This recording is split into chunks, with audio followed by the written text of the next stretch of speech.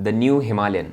इस मोटरसाइकिल के बारे में मैंने ज़्यादा बात की नहीं है बिकॉज मैंने ज़्यादा चलाई नहीं थी, but now we have completed the Spiti ride and I can talk about this motorcycle. So इस रिव्यू को हम कुछ पार्ट्स में डिवाइड करेंगे। The first part is performance. The new Sherpa engine is one of the most refined engine produced by Enfield, पर ये long stroke नहीं है, this is a short stroke engine. पुराने अगर आपने हिमालयन चलाई है तो उसमें जब आप एक्सीलरेटर खींचेंगे तो आपको वो टॉर्क फील होगा, वो लो एंड टॉर्क फील होगा।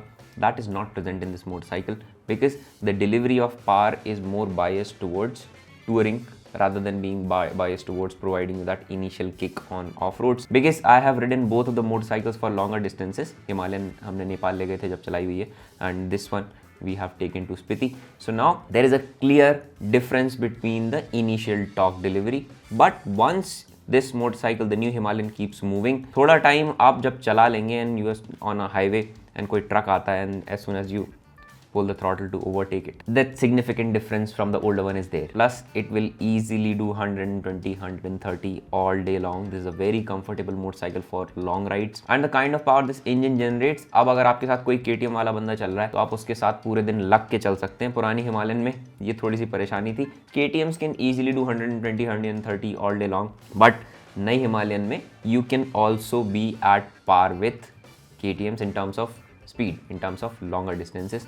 I'm not saying कि आप पूरे दिन 120 130 चलते हैं, but it's not about being fast, it's also about being quick. So this motorcycle is quick. कितनी तेज़ी से आप उस 120 तक पहुँचते हैं, कितनी तेज़ी से आप 120 तक पहुँच के उसको मेंटेन कर लेते हैं, दैट ऑल्सो डिफाइंस कि आपको कितना टाइम लगेगा कहाँ से कहाँ तक पहुँचने में। हाईवेज में it gets pretty boring, so that quickness that also helps you in overtaking stuff as I said. Performance के मामले में I think this engine is perfect for an adventure tourer, but once you take this motorcycle off road and अगर आपने नई motorcycle चलाना सीखी है, this motorcycle is going to be trouble for you. Why I am saying this? Because the power delivery on the older Himalayan was much more forgiving, plus that motorcycle was much easier to control because it was not this top heavy. So the performance of the motorcycle combined with your skills is going to be a little problematic if you are new to adventure riding because this is a huge motorcycle. It feels big, it is a huge motorcycle. इसीलिए जो performance ये engine generate करता है coupled with this kind of body, you need specific set of skills to tame this motorcycle. It is a pretty easy to learn motorcycle. You adapt to this motorcycle very quickly and the performance is definitely up to the mark. Now let's talk about the comfort. Comfort के मामले में I'll give it 8 out of 10. इसकी seat बहुत comfortable है। If you are switching to a touring seat, वो तो भाई साहब बहुत ही ज़्यादा अच्छी है। The rider triangle, overall position of the foot pegs, isolation of the foot pegs from the frame to avoid that extensive vibration, the overall positioning of the motorcycle, the feel of the motorcycle, it's very very comfortable. 800-900 kilometre मंच कीजिए same किसी other bike में तो आपको difference instantly पता चल जाएगा, क्योंकि पहले दिन वी मंच्ड अराउंड 500-600 किलोमीटर्स, तो हमें समझ में आ गया था कि नहीं यार, this motorcycle is something different. अगर आप लंबे डिस्टेंसेस मंच करते हैं तो ये जो रिलैक्स पोजीशन है ना, this is going to help you a lot. To top it off, it comes with Showa suspensions and this is probably one of the best stock suspensions that I have seen in any adventure motorcycles at its class. ADV 390 को छोड़ दीजिए because उसके suspensions are tunable and tunable suspensions give you so much freedom. I'll talk about it later. The suspensions on 450 are fantastic. आप road पे चलिए, आप of road लेके जाइए, जहां मन है वहां गाड़ी डाल दीजिए, it will easily go and soak up all the bumps, which makes this bike an all-rounder. Even if you're using it in city, you're taking it on highways, this motorcycle is fantastic. Why 8 out of 10? Why not 10 on 10?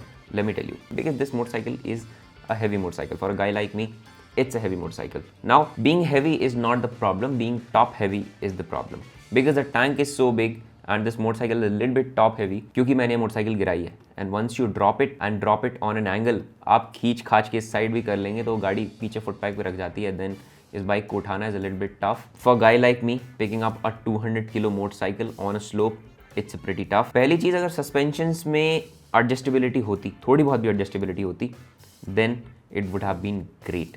Because when you load the luggage on the motorcycle and you don't have that adjustability at front, because most of the competitors in the similar range are coming with adjustable forks, it just gives you so much comfort while riding on off roads and riding on roads. Because I've been riding a bike with a tunable suspension which helps you to go around so easily. You remember the clicks, कि कितने clicks road पे रखना है, कितने clicks off road पे रखना है. It gives you so much comfort.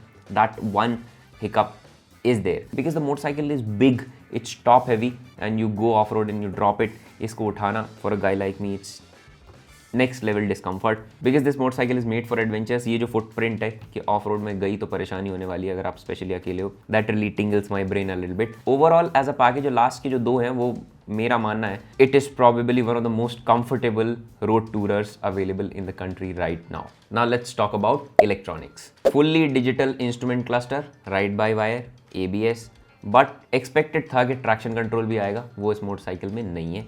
सारे के सारे LED लैंप्स हैं। पहली अच्छी चीज़ है इसका instrument cluster, it's very very bright and good instrument cluster.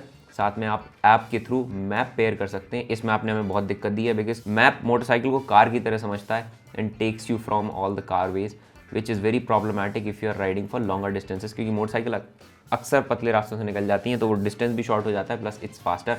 So when we set the map on the app, उसने हमें 99% टाइम वो कार के रूट से ही लेके जा रहा था because we had another bike and we checked it on maps. So maps में when we put the car route, it was same as the Royal Enfield one.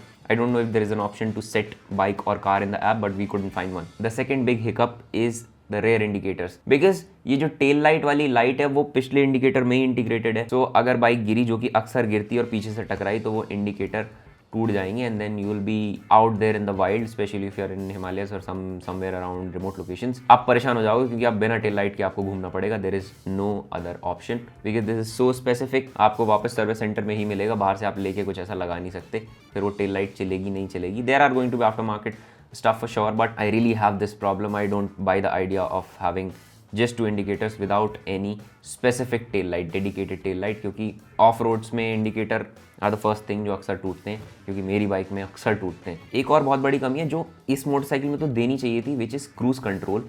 It's a touring motorcycle, you have ride by wire, why not cruise control on this motorcycle? If you are providing cruise control on Himalayan, it will be a perfect road tourer as well, क्योंकि पूरे time throttle खींच के रखना है and simply cruise control में डाल के छोड़ देना, it would have been much easier. Now the bikes like Apache street bikes are providing cruise control, so yeah, this is one hiccup that I think is there in the new Himalayan. Now the most important part, the build quality. अगर आप पुरानी Himalayan और नई Himalayan को side by side रखेंगे तो पुरानी Himalayan को बिल्ड क्वालिटी के मामले में मैं दूंगा 5 और नई हिमालयन को मैं दूंगा 10, because the build quality has been crazily improved. You see the joints, the welds, quality of the material, quality of the parts, tail lamp, headlamp, overall fit and finish of the motorcycle, it's fantastic. कुछ चीज़ें हैं जो मुझे लगता है कि improve होनी चाहिए थी।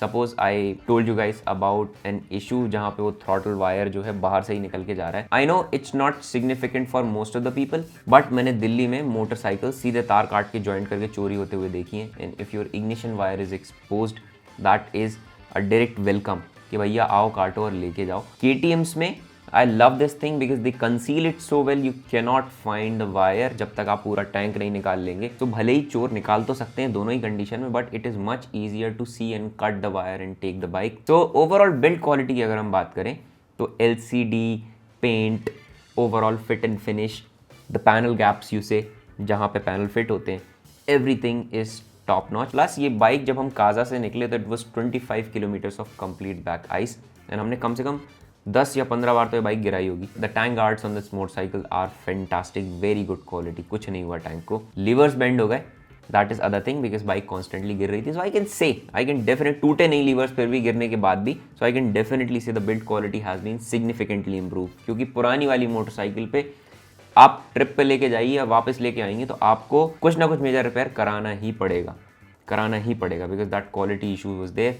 I think Enfield has done a fantastic job in maintaining this new quality standard for the Himalayan. And finally, let's talk about the pricing. 3,30,000 रुपए की पड़ती है ये ऑन रोड मध्य प्रदेश में, but it differs from state to state क्योंकि आपके taxes policies अलग अलग हैं। एक शोरूम सब जगह सेम रहता है। Now there are multiple colours, Kamet white, Kaza brown and then there are few other colours. इन कलर्स के हिसाब से भी प्राइस थोड़ा बहुत ऊपर नीचे होगा। Servicing is very very easy because Enfield का सर्विस नेटवर्क बहुत ज़्यादा बड़ा है। इनफील्ड के साथ ये हमेशा से एडवांटेज रहा है कि these guys have been available at the remotest places in the country. And अगर आप ले कभी जाएंगे तो वहाँ का आप इनफील्ड का सर्विस सेंटर देख लीजिए, आपके होश उड़ जाएंगे, वो बहुत ज़्यादा बड़ा है। I have seen many people saying कि इनफील्ड की सर्विस खराब है, Enfield does not service the product in the right manner, they don't know what they are talking about. I am not an Enfield owner, but मैंने Enfield चलाई काफ़ी है। When we had BS3 Himalayan, पूरे रास्ते में हम जहाँ जहाँ भी सर्विस सेंटर गए, क्योंकि BS3 हिमालयन ने हमें रुला लिया था, बहुत ज़्यादा सर्विस सेंटर जाना पड़ रहा था, सारी जगह पे ही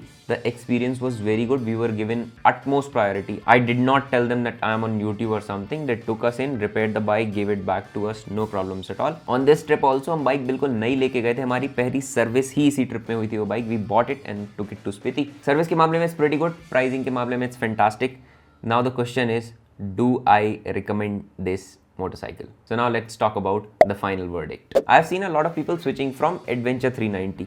So अगर आप Adventure 390 ओन करते हैं और आप स्विच करने की सोच रहे हैं, तो पहले अच्छे से टेस्ट राइड ले लीजिए, चला लीजिए, most probably you will not switch. But if you own an XPulse, this motorcycle is a big yes. XPulse का जो कैरेक्टर है ना, अगर आप उसको 300% बूस्ट कर देंगे and give it touring characteristics, it is Himalayan 450 for me, because I own an XPulse and मैंने काफ़ी अच्छे से चला रखा है उस बाइक को। सो आई कैन से कि if you are upgrading from an XPulse, this is going to be the perfect fit for you. XPulse हो गई, इम्पल्स हो गई, ESD हो गई, और maybe the old Himalayan, you are going to love the new 450, क्योंकि आपको वो पुरानी कैपेबिलिटीज भी मिल जाएंगी। Fantastic suspension, all the touring capabilities. पहले जो 100-110 पे आप कैप हो जाते थे, अब वो भी चला गया। आप रेगुलरली संडे ट्रेल्स पे नहीं जाते हैं, आप रेगुलरली जंगल नहीं जा रहे हैं, और मोस्टली क्योंकि लोग 99% टाइम्स रोड्स पे ही रहते हैं। Even if you are going on long tours, वो जो ऑफ रोड वाला सेक्शन है, जो एडवेंचर वाला पार्ट है, वो 10-15% ही होता है मेजरली, उससे ज़्यादा क्या 40% भी हो जाएगा तो भी 60% you are gonna be on road, and on roads this motorcycle shines in my opinion. इस प्राइस रेंज में 3,30,000 रुपए में अभी इससे अच्छी एडवेंचर मोटरसाइकिल इस कंट्री में अवेलेबल नहीं है। I am not gonna switch to Himalayan because I love the power delivery and the character of that KTM engine, that चलाओगे तो मार दूंगी वाला कैरेक्टर। अगेन अगर मैं अपने लिए रेट करूंगा तो I will give it a 7 out of 10। अगर मैं एक नए बाइकर के लिए रेट करूंगा तो I will give it 9 out of 10। If you have skills, you have proper training to ride an adventure motorcycle, this motorcycle will provide. Now I know इस video को देखने के बाद बहुत से लोग बोलने वाले this is a sponsored video from Infield. This is not a sponsored video, this is my genuine feedback after riding this motorcycle in the recent ride in Spiti. You'll see the videos very soon. If you have any questions, feel free to drop down a comment. Take care and ride safe.